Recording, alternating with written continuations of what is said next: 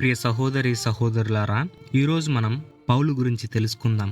అతను మొదట యేసును అంగీకరించే వారిని హింసించినప్పటికీ దేవుడు అతడిని తన గొప్ప సేవకుడిగా మార్చుకున్నాడు. సౌలు క్రైస్తవ్యులను హింసించి చంపేవాడు. తమస్కు అనే ఊరికి వెళ్లి క్రైస్తవ్యులను పట్టుకునేందుకు అనుమతి తీసుకున్నాడు.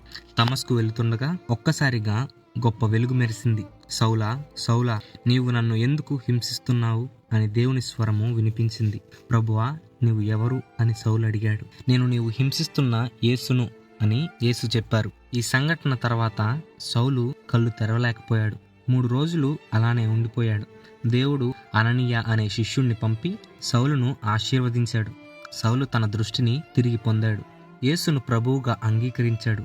సౌలుగా ఉన్న అతని పేరును పౌలుగా మార్చుకుని దేవుని సువార్తను ప్రకటించటం ప్రారంభించాడు. పౌలు అనేక ఊర్లకు వెళ్లి యేసు గురించి బోధించాడు. పౌలును చంపేందుకు అనేక మంది ప్రయత్నించారు, కానీ దేవుడు కాపాడాడు. అతను అనేక సంఘటనలను ఎదుర్కొన్నాడు. చెరసాలలో వేధింపులు, కొరడా దెబ్బలు అనుభవించాడు. అయినా దేవుని సువార్తను ప్రకటించటంలో వెనకాడలేదు. పౌలు కొత్త నిబంధనలో అనేక పుస్తకాలు రాశాడు. రోమీయులకు, కొరింథీయులకు పత్రికలను పౌలు గారే రాశారు.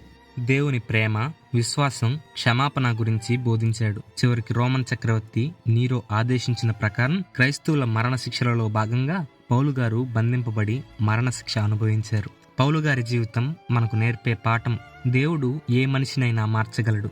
దేవుని పిలుపును అంగీకరిస్తే మన జీవితంలో గొప్ప మార్పు జరుగుతుంది. అవమానాలు, సమస్యలు ఎదురైనా దేవుని వాక్యాన్ని బోధించాలి, సువార్త ప్రకటించాలి.